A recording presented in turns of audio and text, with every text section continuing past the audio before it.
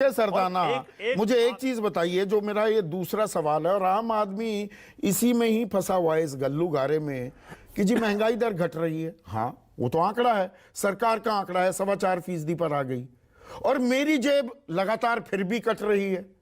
मेरा जितना बाजार में पहले जितना सामान लेता था उसे खरीदने में ज्यादा पैसे लग रहे हैं। ये इस पशोपेश में और ये रूप और भेष बदलती महंगाई डायन हमें कब तक खाती रहेगी? कब तक फंसे रहेंगे हम इसमें?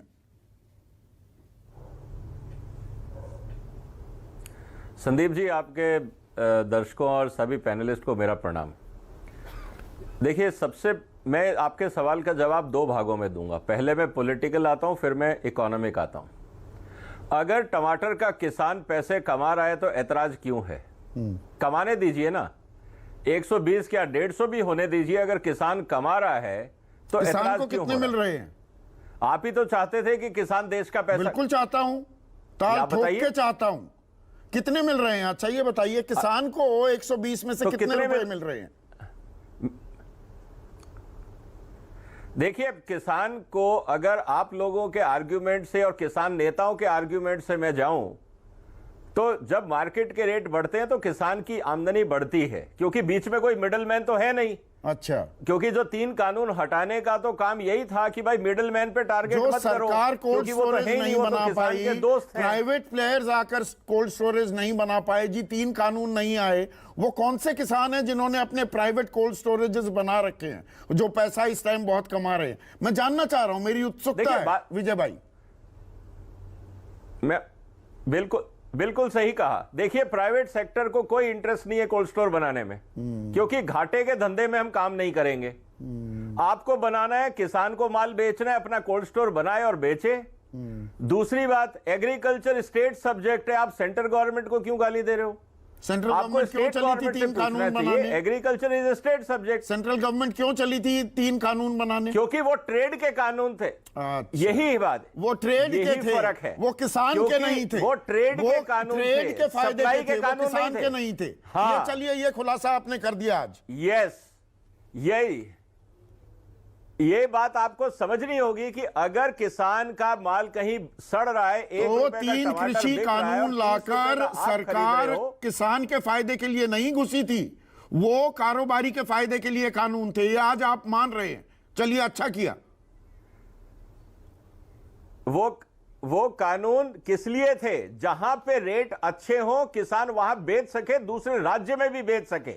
वो ट्रेड का कानून था, किसान को खुली छूट मिलती, जहां अच्छे रेट मिले वहां बेच सकता है। आप इतने पढ़े लिखे इंसान हैं, 1 मिनट विजय भाई, आप इतने पढ़े लिखे इंसान हैं, मुझे कम से कम मुझे और मेरे कार्यक्रम में ये ना बताइए कि सरकार जब ये कानून लाई थी उससे पहले हरियाणा का किसान महाराष्ट्र में जाकर अपनी उत्पाद नहीं बेच सकता था। आप जानते हैं मुझसे बेहतर, वो छूट पहले से थी। ऐसा है, आपको बेचना व्यापारी के माध्यम से ही था, आपको उस कार्टल से बाहर निकलने का रास्ता नहीं था। पंजाब का किसान अगर हरियाणा में भी बेचता था तो उसको मंडी में ही बेचना पड़ता था। हाँ, बेच सकता था ना। आपको और मेरे को बेच नहीं सकता था। हाँ, चाहे मैं नहीं बेच सकता था। हाँ, यही गलती है, आपको समझना होगा। नहीं, मैं पूरा समझता हूं। यही था हाँ, कि किसान से वही आदमी खरीदेगा जिसके पास मंडी लाइसेंस है। हाँ, ये कानून है एपीएमसी का। आपके पास अगर लाइसेंस है आप खरीद सकते हो, मेरे पास नहीं है, मैं नहीं खरीद सकता। और इस हिंदुस्तान में लाइसेंस सिर्फ मंडीधारियों के पास, मंडी व्यापारियों के पास है। इसीलिए किसानों को पूरी जिंदगी 1 रुपए का टमाटर भी किसान का अच्छा हुआ आप टमाटर पर आ गए। वो दूसरे विषय पर मैं पूरी लंबी एक दिन चर्चा करने वाला हूं, वो पूरा उस पर, और आपको खास न्योता दूंगा। विजय भाई, आपने शुरुआत की जी 120 रुपए का टमाटर बिक रहा है, किसान को फायदा हो रहा है, तो आपको परेशानी क्यों हो रही है? जब 1 रुपए में किसान सड़कों पर टमाटर फेंक रहा था, 1 रुपए के दाम मिल रहे थे, तब भी आप और मैं 30 से 40 रुपए पर खरीद रहे थे। उसी गणित को लगाऊं तो आज भी क्या 4 रुपए किसान को मिल रहे हैं? बिल्कुल सही। और आपको और मुझको 120 रुपए पर खरीदना पड़ रहा है। ये महंगाई किसने बढ़ाई है? बिल्कुल सही कहा आपने। बिल्कुल सही कहा। अब सवाल इस बात का है, अब आपका बिल्कुल सही सवाल यह आया है कि किसान को मिल रहा है 10 रुपए, हम दे रहे हैं 110 रुपए, ये 100 रुपए किसकी जेब में जा रहा है? Exactly. सवाल ये है, सवाल ये नहीं है कि 110 हो गया, सवाल किसकी ये है जेब में जा रहा बीज है? की मलाई और सरकार होते हुए कैसे जा रहा है? किसान को मिल रहा है। ये उन लोग, सरकार होते हुए इसलिए जा रहा है क्योंकि आपके देश में एपीएमसी कानून है और वो किसी और को व्यापार में आने नहीं देते, कंपटीशन लाने नहीं देते, किसान के लिए इंफ्रास्ट्रक्चर बनाने नहीं देते और किसान को कंज्यूमर के साथ डायरेक्ट कनेक्ट नहीं करने देते। आपको आड़तियों के भरोसे ही जिंदा रखना पड़ेगा किसान को, और किसान पूरी जिंदगी मरता रहेगा, रोता रहेगा। सरकार असहाय है, इतनी निरीह है इनके सामने। सरकार, बिल्कुल सरकार का काम है कानून बनाना, जिसके लिए 13 महीने आंदोलन हुआ, जिसका समर्थन आपने भी किया। समर्थन किया, मैंने सवाल उठाए, आपने मुखालफत की, मतलब मैं ये अब ये कहने लगूं, देखिए बात है ना? लेकिन ये सवाल था कि किसान का नेताओं से ये सवाल क्यों नहीं किए गए? टमाटर कि के अगर दाम, किसान मर रहा टमाटर के है, दाम तो कृषि कानून नहीं लग पाए। एक मिनट विजय सरदाना, मैं आप ही की बात को आगे बढ़ा रहा हूं, क्योंकि वो कानून नहीं आए तो ये पेट्रोल डीजल के दाम क्यों नहीं घट रहे? कच्चे तेल की कीमतें तो आधी हो गई अंतर्राष्ट्रीय बाजार में। इसीलिए नहीं घट रहे, बहुत सिंपल है सर। आपको फ्री का राशन बांटना है, आपको सब्सिडी देनी है, आपको किसानों को भी देना है, सड़कें भी बनवानी है, डिफेंस का भी खर्चा है। हिंदुस्तान में टैक्स पेयर 140 में से मात्र 1.5 करोड़ है जो डायरेक्ट देते हैं। जो आपका इनडायरेक्ट टैक्स आता है जीएसटी का, वो आपके पूरे देश में डिफेंस, पुलिस, ये पहले तो नहीं बताया गया था जब कहा गया बहुत हुई महंगाई की मार, बहुत हुई पेट्रोल डीजल की मार। प्रधानमंत्री कहते हैं हमने एक्साइज ड्यूटी घटा दी, ये बताना भूल गए 16 बार एक्साइज ड्यूटी बढ़ाई थी। तो 16 बार बढ़ाई तो 8 बार तो घटा दो। नहीं,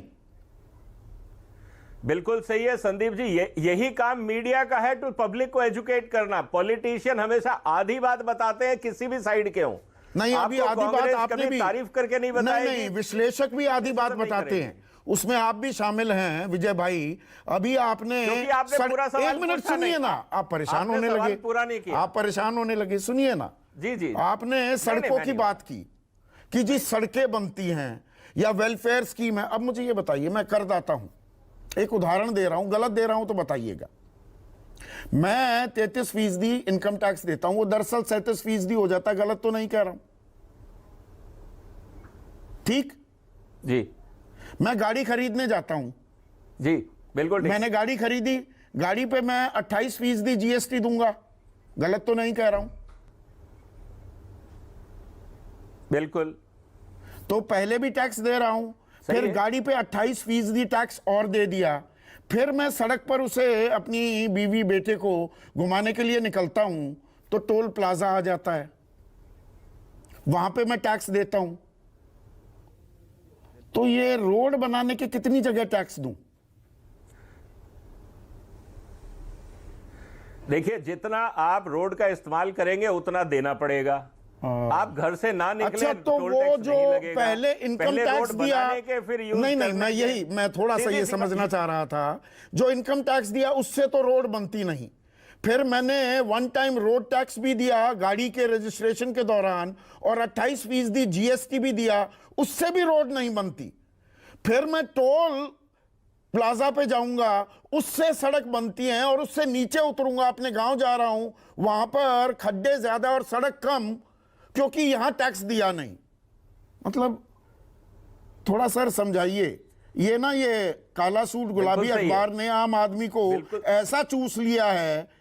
मतलब कोई तो एक लिमिट होती है ना, लक्ष्मण रेखा होती है आम आदमी को उसकी जेब पर डाका डालने की। संदीप जी, बिल्कुल सही कहा आपने। Come back to the whole serious issue now. देखिए, 140 करोड़ के देश में अगर आप आज नेशनल हाईवे पे बात कर रहे हैं तो निश्चित रूप से कॉस्ट ऑफ कंस्ट्रक्शन भी है, मेंटेनेंस कॉस्ट भी है, जो आप टोल टैक्स से निकालते हैं।